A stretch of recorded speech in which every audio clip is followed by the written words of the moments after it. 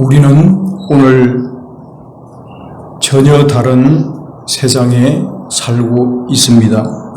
1950년대에 목회자가 사역을 감당하는 것보다 오늘날 이 시대에 목회를 하는 것이 훨씬 더 어렵습니다.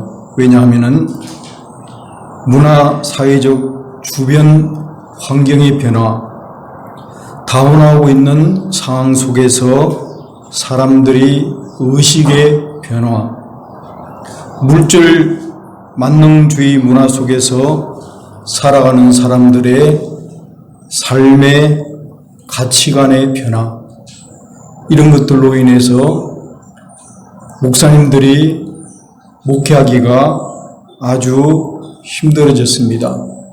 저 여러분이 익히 아시는 대로 우리 조국 대한민국은 코로나로 인하여 한순간에 교회가 다 문을 닫아버리는, 예배를 드리지 못하는 그런 기이한 상황이 벌어지고 있는 시대에 저와 여러분이 살아가고 있습니다.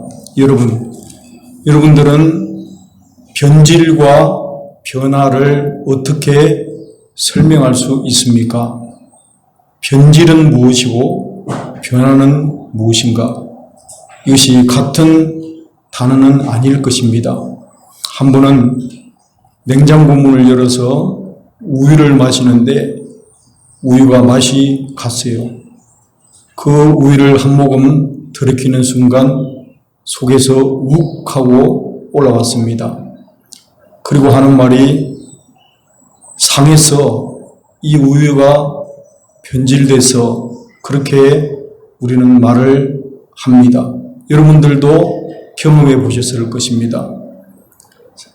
부패하고 상한 것을 먹었을 때에 여러분들이 반응이 변화돼서 그런 말을 하는 사람은 없을 것입니다. 변질됐다, 부패되었다, 원래의 상태에서 그 상태가 썩어진 것, 부패한 그것을 우리는 변질이라고 말을 합니다. 그것을 두고 변화됐다고 말하는 사람은 없을 것입니다. 오늘 저 여러분이 읽은 하나님의 말씀 속에는 예수님께서 화를 내시는 모습이 기록되어 있습니다. 예수님은 늘 자비하시고 인자하셔서 죄인들과도 함께 하시고 고아와 과부와 장애인들과 소수 약자들과 늘 함께 하시는 자비로우신 예수님이신데, 오늘은 화를 냈다는 말은 쓰여 있지 않지만 그 행동하시는 그 모습 전체가 화를 내는 모습, 대단히 화를 내는 모습이 그려져 있습니다. 15절 16절 말씀을 보시면은 성전 안에서 매매하는 자들을 내어 쫓으시며 돈 바꾸는 자들을 상을 뒤엎으시고 비둘기 파는 자들의 의자를 둘러엎으시는 바로 그 모습이 예수님께서 무척 화를 내셨다, 우리는 짐작할 수가 있습니다. 왜 예수님께서 이렇게 화를 내셨을까요? 거기에는 화를 낼 만한 이유가 있었습니다. 바로 그 이유를 설명하기 위해서는 그 당시에 이스라엘 백성들이 가지고 있는 문화적 배경을 이해할 필요가 있습니다. 한 번은 하나님께서 이스라엘 백성들에게 다음과 같은 말씀을 일러주셨습니다. 그의 이름으로 두시려고 택하신 곳에 가서 예배하라는 말씀을 하십니다. 아무데서나 아무렇게나 예배하는 것이 아니라 하나님께서 택하신 그곳에 가서 예배를 드려라. 예배를 드릴 때에 하나님이 주신 그 물질을 가지고 하나님이 택하신 그 곳에 가서 예배를 드리라는 하나님의 명령이 있었습니다. 그런데 문제가 있는 것은 그 하나님이 지정하고 택하신 장소가 너무 멀어서 그 길을 가기가 힘들고 그 행로가 어려울 때는 너희들이 돈으로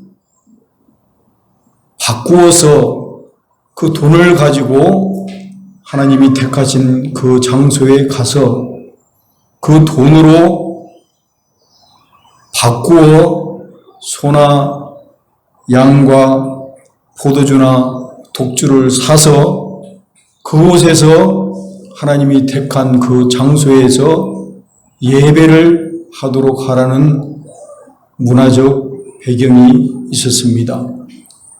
다시 말하면은 짐승과 소와 양과 그 곡물들을 가지고 하나님이 택하신 그곳까지 멀리 갈 수 없었기 때문에 그 행로가 불편했기 때문에 하나님께서는 그 상황을 잘 이해하시고 그것을 돈으로 바꿔서 그 성전터 하나님이 지정한 그곳에 이르러서 그 돈으로 다시 소나 양과 포도주를 사서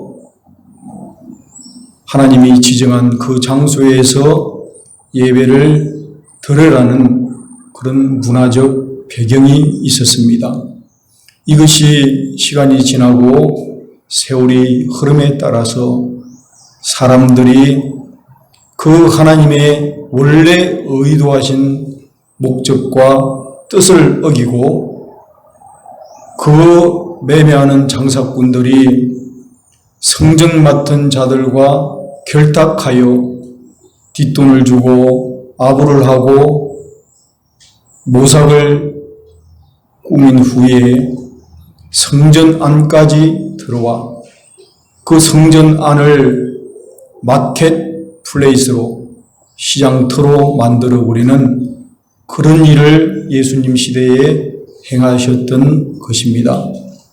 성전 안이 소와 염소와 비둘기와 제사를 드리기 위해서 필요한 각종 짐승들의 오물과 똥냄새와 장사꾼들의 돈을 벌려고 하는 그런 시끌벅적한 그런 소리로 인하여 하나님의 거룩한 성전이 변질되는 부패하여 버리는 바로 그 상황을 예수님이 보시고 예수님이 상을 둘러보시고 의자를 둘러보시면서 채찍으로 그 짐승들을 성전 밖으로 쫓아내시면서 예수님이 하시는 말씀이 내 집은 기도하는 집이라 너희가 강도의 소굴로 만들었도다라는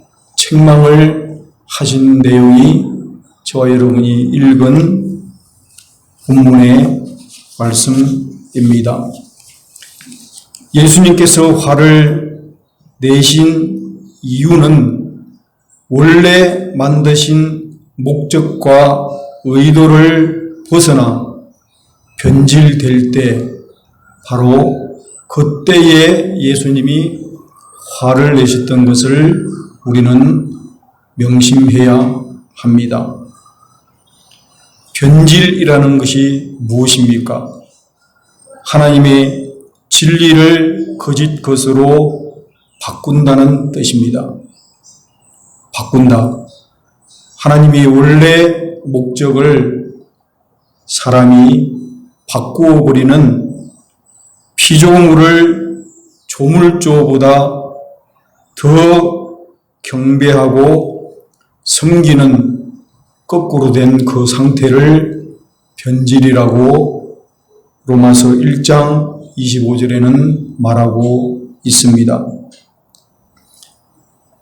이스라엘 백성들이 한 번은 모세가 시내 산에 올라가 하나님의 율법을 받을 그때에 모세가 드디 내려옴을 보고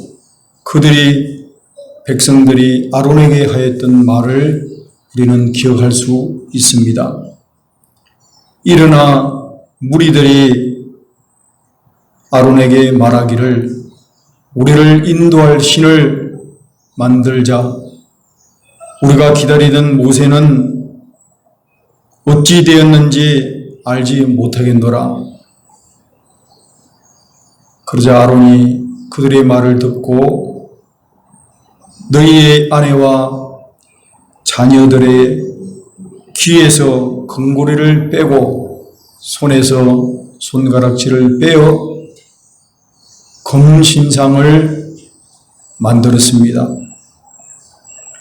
송아지 형상으로 금신상을 만들고 그들이 말하기를 이스라엘아 이는 너희를 애굽 땅에서 인도하여 낸 하나님의 신이로다라고 그 금 송아지를 하나님 대신하여 섬기라고 말을 합니다.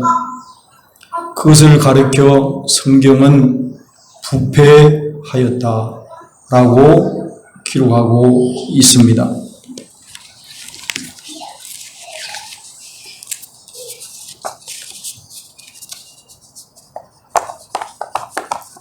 이스라엘 백성들뿐만 아니라 저와 여러분들은 포함한 모든 사람들은 죄 때문에 창조주의 목적과 의도를 벗어나 변하기가 쉽습니다.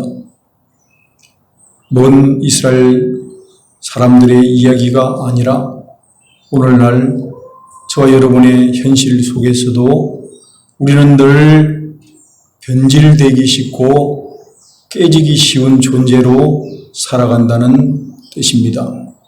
왜 그렇게 살아갈 수밖에 없는가? 그것은 저와 여러분이 죄의 성을 가지고 있기 때문에 그렇습니다. 죄 때문에 항상 문제가 생기고 가정이 변하고 사회가 변하고 교회가 변질되어 간다는 것을 우리는 잊어서는 아니 됩니다.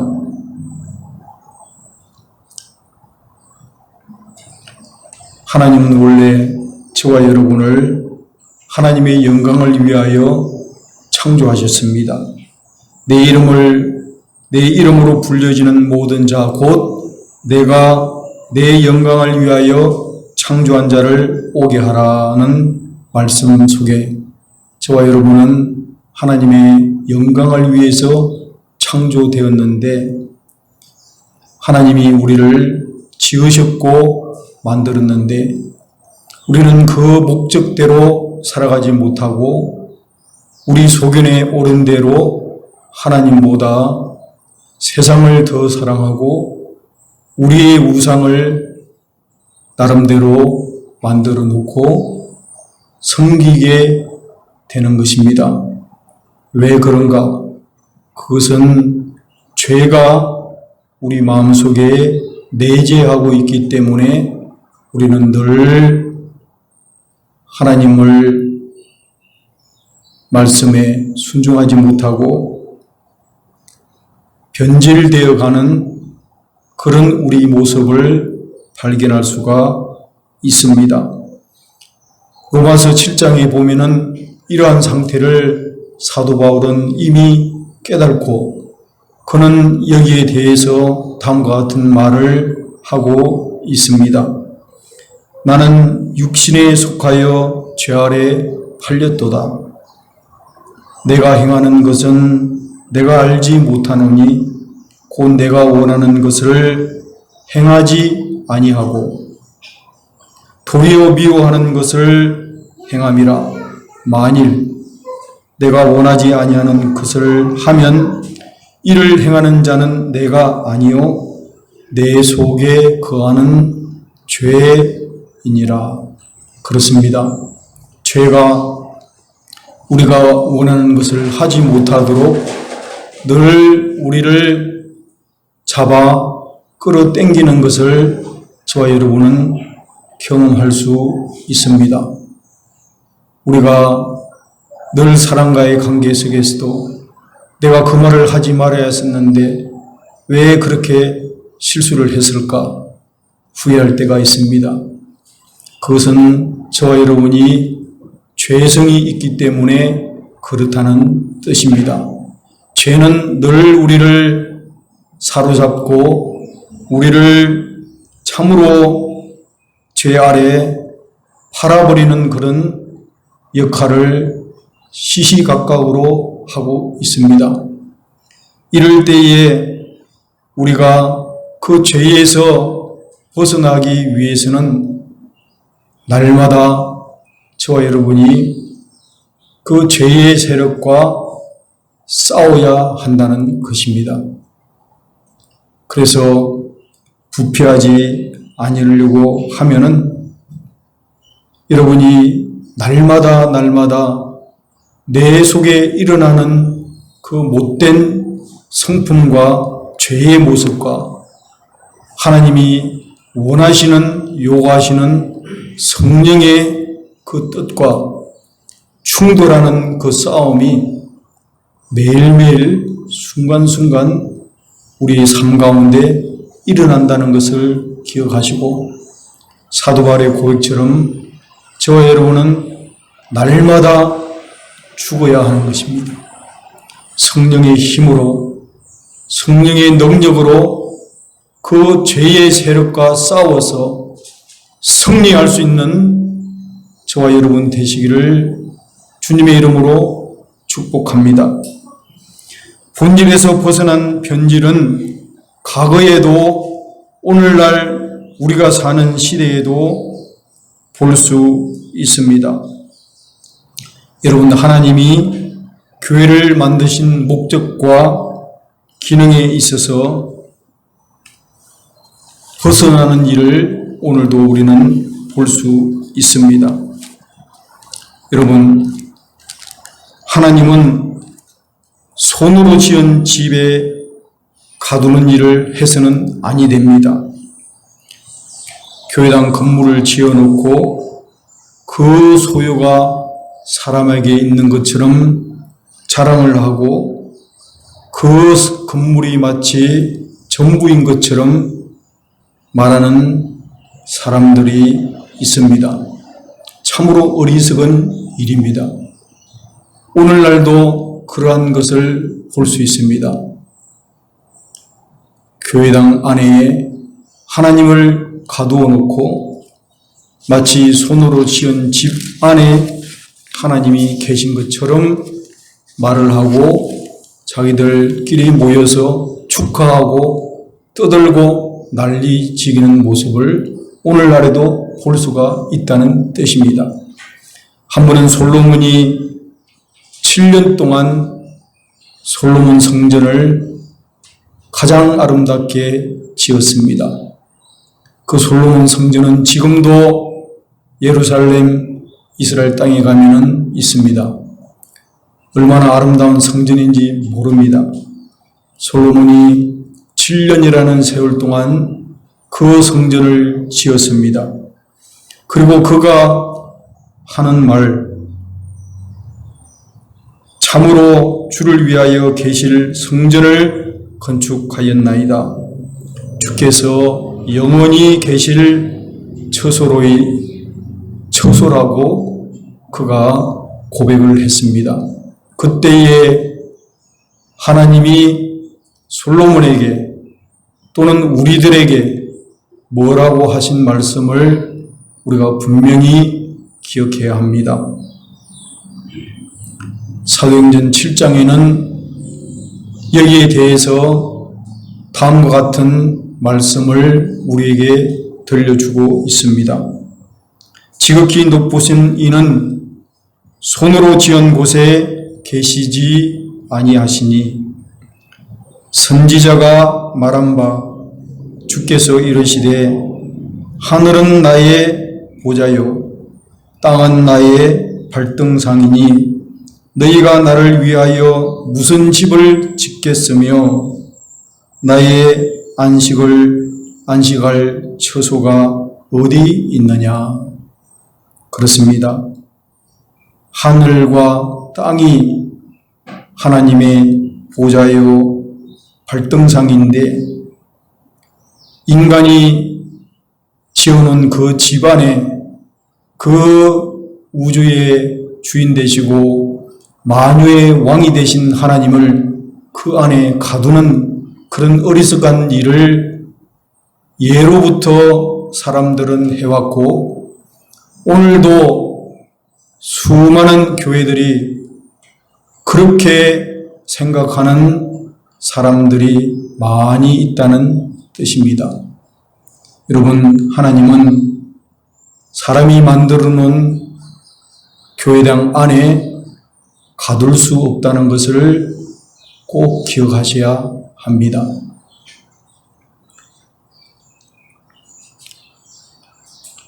구약 솔로몬만 그렇게 생각한 것이 아니라 성경에 보니까 아덴 지방에 사는 사람들 역시 솔로몬과 같은 생각을 하고 알지 못하는 하나님을 섬겼던 것이 기록되어 있습니다. 우주와 그 가운데 만물을 지으신 하나님께서는 천지의 주제시니 손으로 지은 전에 계시지 아니하시고 또 무엇이 부족한 것처럼 사람의 손으로 섬김을 받으시는 것이 아니니 이는 만민의 생명과 호흡과 만물을 주시는 분이 하나님이시다라고 말씀을 하셨습니다.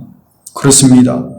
천지의 주제 되신 하나님은 사람이 손으로 지은 그 집에 계시지 아니하신다는 것을 저와 여러분이 분명히 알아야 합니다.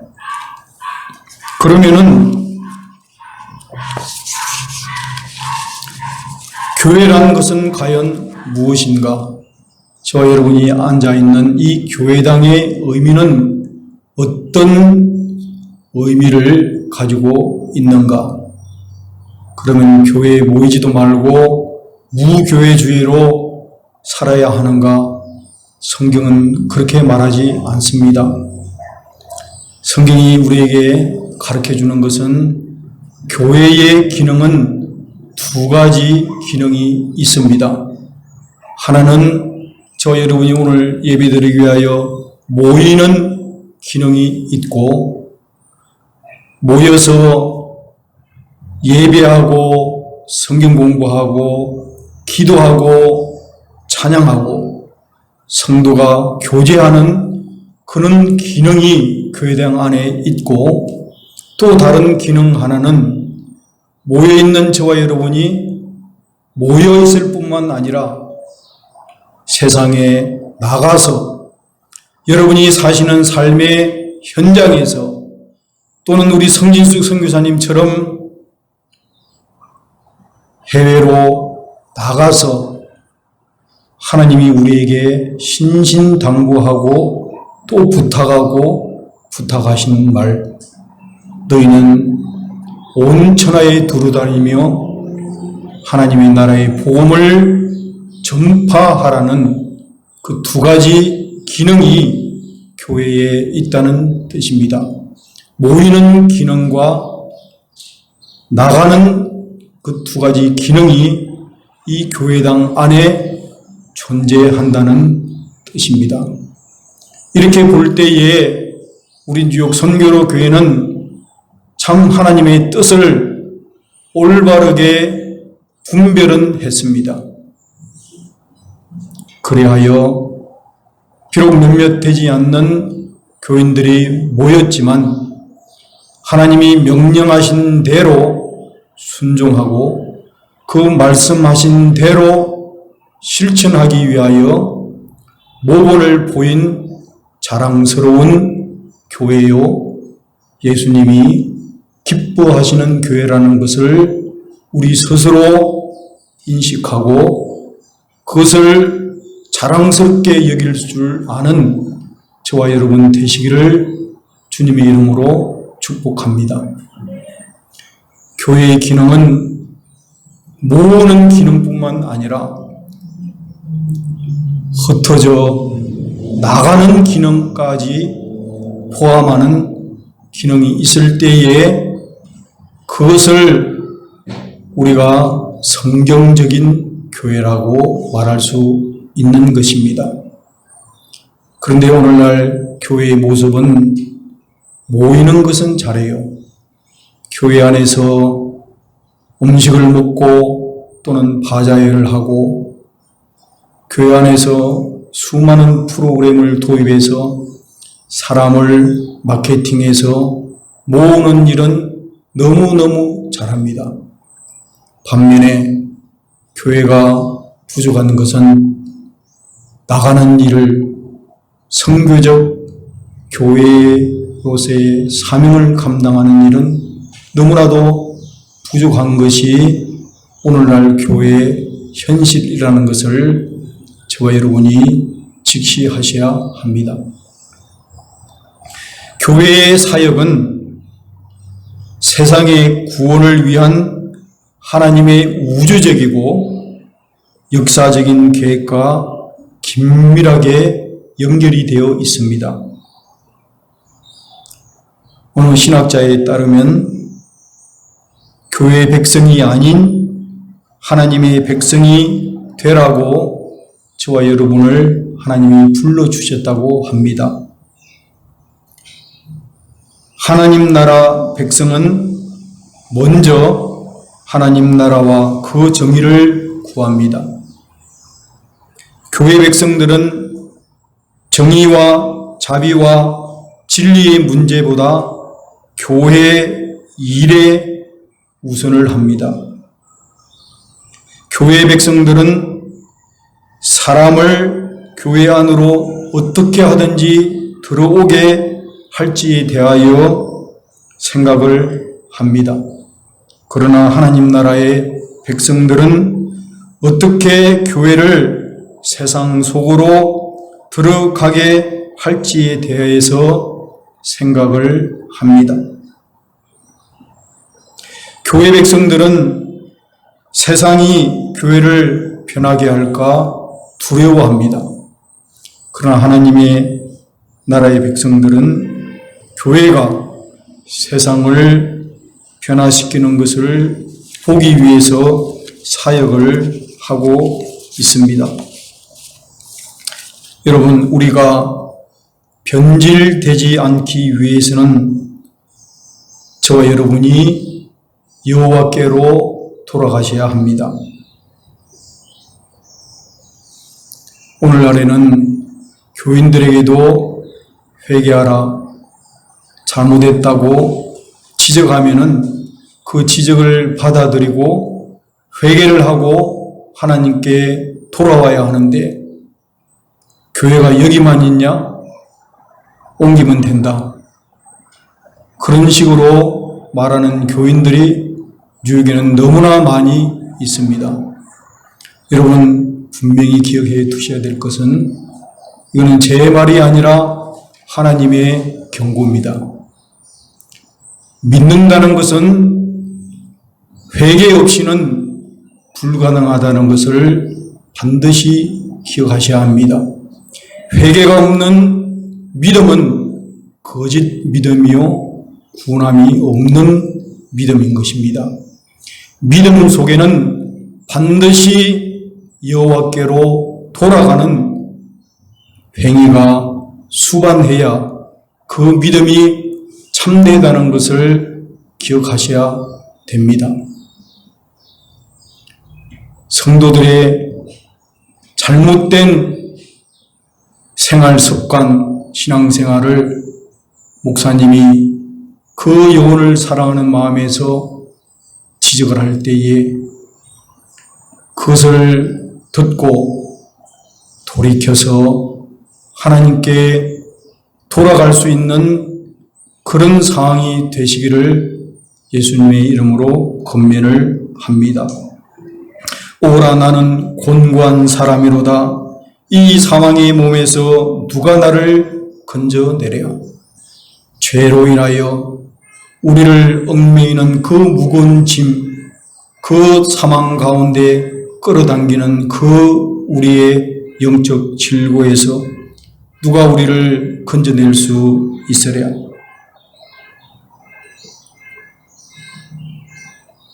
오직 부패한 인간이, 변질된 인간이 그 변질로부터 살아날 수 있는 방법은 오직 한 길밖에 없는 것입니다. 저와 여러분이 우리 주 예수 그리스도께로 돌아가는 길입니다.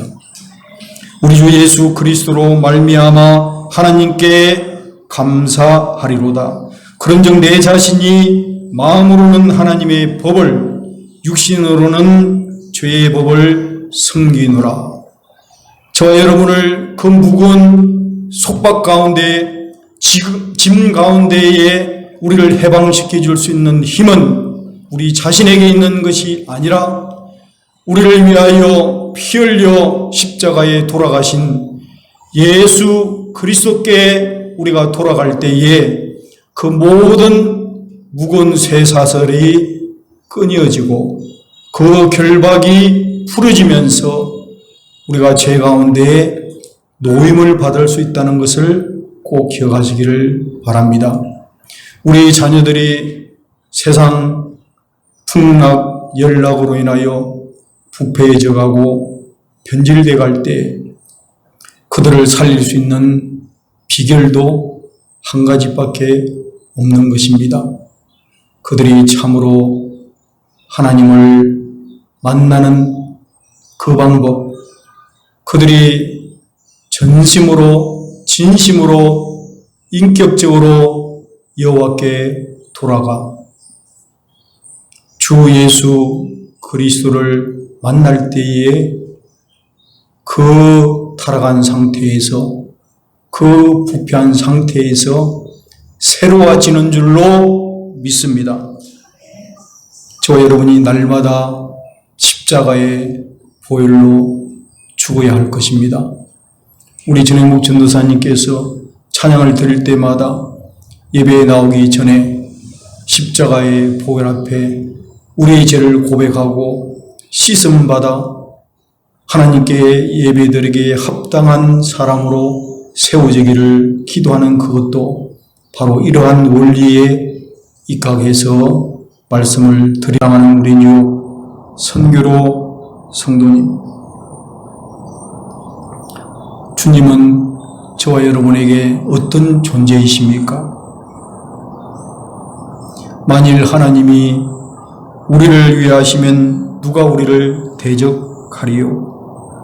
자기 아들을 아끼지 아니하시고 우리 모든 사람을 위하여 내어주신 이가 어찌 그 아들과 함께 모든 것을 우리에게 주시지 아니하겠느냐? 누가 능히 하나님께서 택하신 자들 고발하리요? 의롭다 하신 이는 하나님이시니 누가 정죄하리요?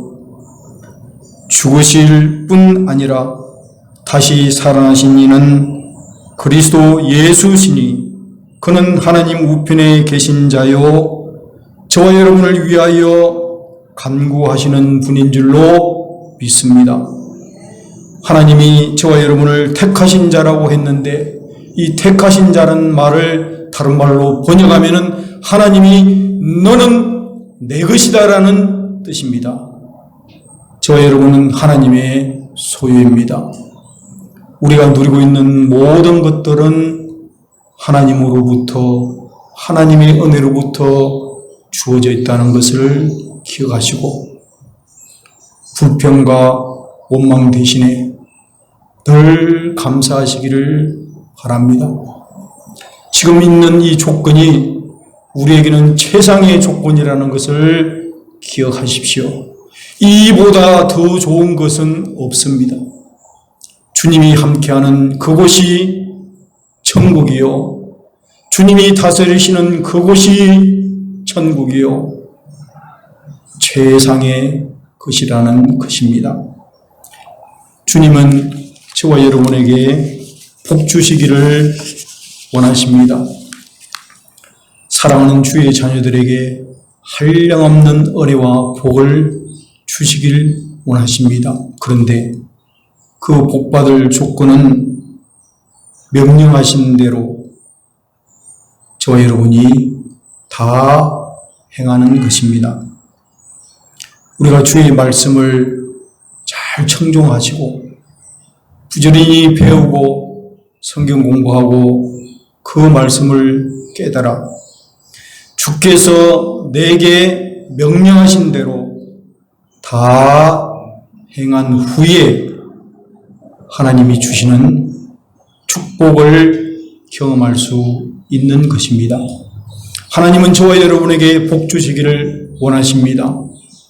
우리가 해야 될 일은 하나님 말씀을 청종하고 그 말씀대로 그 명령한 대로 다 행할 때에 복의 주인 되신 하나님이 거룩한 처소에서 하늘에서 보시고 사랑하는 우리 인족 선교교회 성도님들과 그 가정과 자녀들과 후손들에게 한량없는 복을 베풀어 주실 것을 확신합니다. 모든 영광을 하나님께 돌립니다. 할렐루야.